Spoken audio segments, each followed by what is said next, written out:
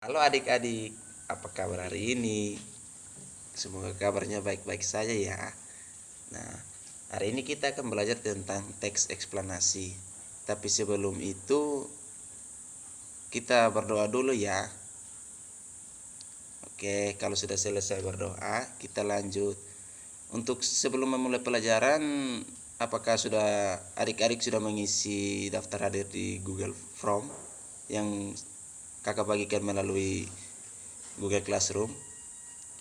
Kalau sudah, kita lanjut ya. Oke. Sudah pernah dengar tentang teks eksplanasi? Teks eksplanasi itu merupakan teks yang menjelaskan sebab akibat suatu fenomena, baik itu peristiwa alam, ilmu pengetahuan, sosial, budaya, dan lainnya. Teks eksplanasi berisi fakta yang dapat menjawab pertanyaan tentang bagaimana dan mengapa suatu fenomena itu terjadi. Struktur teks eksplanasi itu terbagi menjadi beberapa bagian. Yang pertama itu pernyataan umum. Nah, bagian ini menjelaskan mengenai latar belakang dan tinjauan umum topik yang berupa definisi, klasifikasi, sejarah, dan asal-usul. Bagian dalam teks ini berupa gambaran secara umum tentang apa, mengapa, dan bagaimana proses peristiwa alam terjadi. Yang kedua itu deretan penjelas. Pada bagian ini berisi perincian proses atau sebab terjadinya suatu fenomena yang juga mencakup akibat dan dampak yang ditimbulkan. Yang ketiga itu interpretasi. Bagian ini berisi penafsiran penulisan mengenai topik dan perspektif tertentu yang lebih luas dan menyeluruh, serta menjelaskan korelasi peristiwa yang menyertainya. Yang terakhir itu simpulan. Pada bagian akhir teks ini terdapat tanggapan penulis dalam menyikapi fenomena berupa pernyataan reflektif yang bersifat umum. Nah, untuk adik-adik dapat menulis teks eksplanasi, ada langkah-langkahnya sebagai berikut. Langkah yang pertama itu menentukan topik yang menarik. Tentukan fenomena alam, sosial, atau budaya yang ingin disajikan. Misalnya proses terjadinya pasang surut air laut. Yang kedua itu membuat rancangan kerangka teks. Nah, dalam membuat kerangka ini berdasarkan struktur teks eksplanasi, yaitu identifikasi fenomena, penggambaran rangkaian kejadian, dan ulasan. Yang ketiga, mengumpulkan referensi. Dalam mengumpulkan ini harus mencantumkan fakta dan data yang kamu kumpulkan pada bagian penggambaran rangkaian kejadian. Yang keempat, mengembangkan teks. Kembangkan kerangka-kerangan hingga menjadi teks eksplanasi yang utuh. Yang kelima itu menyunting teks. Untuk itu, adik-adik coba cermati video berikut ya.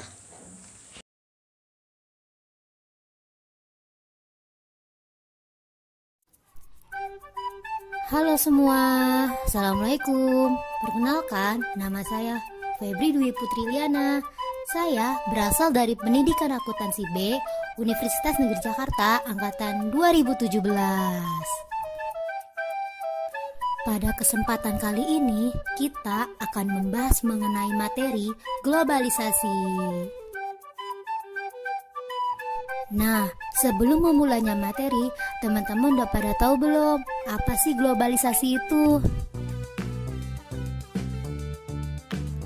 Globalisasi menurut bahasa berasal dari kata globe yang artinya dunia. Maka dapat disimpulkan, globalisasi memiliki arti yaitu mendunia. Sedangkan menurut istilah, globalisasi adalah proses suatu informasi, gaya hidup, teknologi, ataupun ilmu pengetahuan yang mendunia.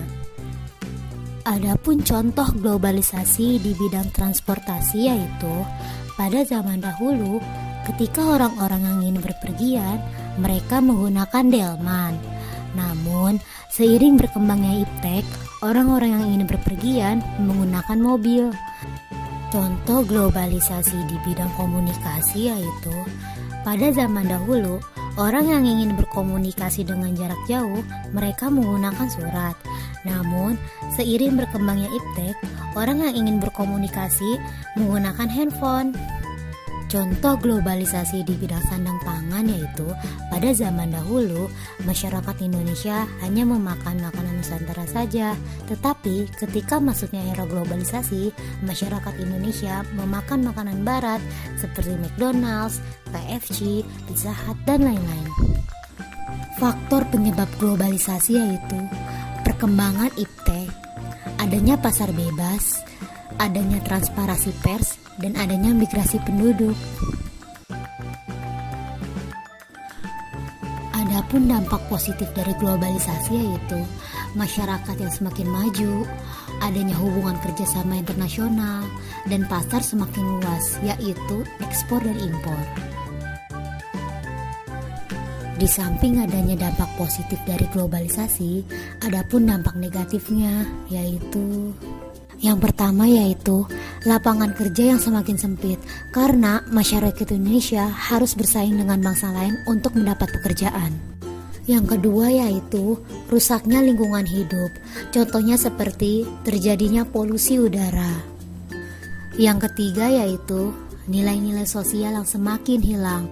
Adapun kesimpulan pada materi kali ini yaitu karena globalisasi akan terus berkembang dan tidak bisa dihindari, maka kita harus menyesuaikannya dengan kehidupan yang bermoral dan beragama di Indonesia. Oke, adik-adik sudah menonton videonya kan?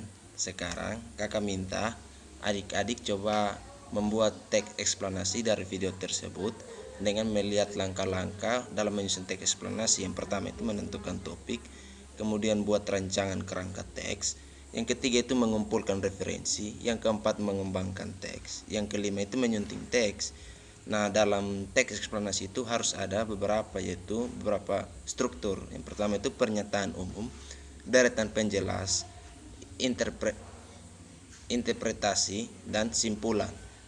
Nah, adik-adik coba kerjakan teks eksplanasi tersebut dari video yang sudah kalian nonton. Nanti minggu depan baru kita bahas lewat Google Classroom, dan juga ada LKPD yang kakak bagikan melalui link di Google Classroom. Nah, yang terakhir adik-adik harus ingat kembali, teks eksplanasi itu merupakan teks yang menjelaskan sebab akibat suatu fenomena, baik itu peristiwa alam, ilmu pengetahuan, sosial, budaya, dan lainnya. Teks eksplanasi itu berisi fakta yang dapat menjawab pertanyaan tentang bagaimana dan mengapa suatu fenomena itu terjadi. Oke, sekian pembelajaran hari ini. Untuk mengakhirinya, adik-adik bisa mengakhiri dengan doa. Kalau sudah selesai berdoa, sampai bertemu minggu depan. Selamat siang.